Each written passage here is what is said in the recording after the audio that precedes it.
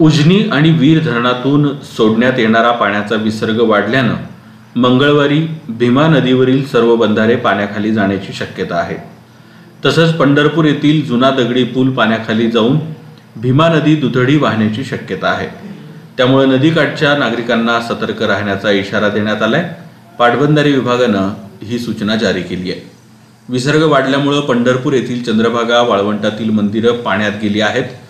वाढता विसर्ग आषाढी यात्रा सोहळ्याच्या पार्श्वभूमीवर प्रशासन सतर्क झालं आहे। काही दिवसांपासून नीरा आणि भीमा खोऱ्यात मोठ्या प्रमाणात पाऊस झाला आहे। यामुळे वीर धरणातून नीरा नदीपात्रात 6537 क्युसेक्स इतका विसर्ग सुरू आहे। त्याचवेळी उजनी धरणातून भीमा नदीपात्रामध्ये 31600 क्युसेक्स इतका विसर्ग सुरू आहे।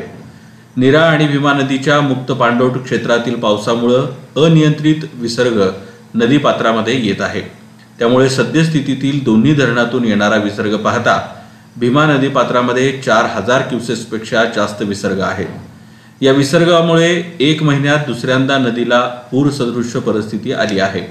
त्यामुळे भीमा नदीवरील सर्व बंधारे पाण्याखाली जाण्याची शक्यता आहे। पंढरपूर येथील जुना दगडी पूलही पाण्याखाली गेला आहे। आषाढी यात्रेनिमित्त येणारे भाविक आणि नागरिकांच्या सुरक्षिततेच्या दृष्टीनं भीमा नदीवरील बंधाऱ्यावरून होणारी वाहतूक पूर्णपणे बंद करण्यात आली आहे। भीमा नदीची पाणी पातळी वाढल्यानं येथील चंद्रभागा नदीपात्रात असलेली सर्व मंदिरं पाण्यानं वेढली आहेत। तसंच पाण्याची पातळी घाटापर्यंत वाढण्याची शक्यता आहे। त्यामुळे चंद्रभागा नदीपात्रात स्नान करणाऱ्या भाविकांना सावधानतेचा इशारा देण्यात आला आहे।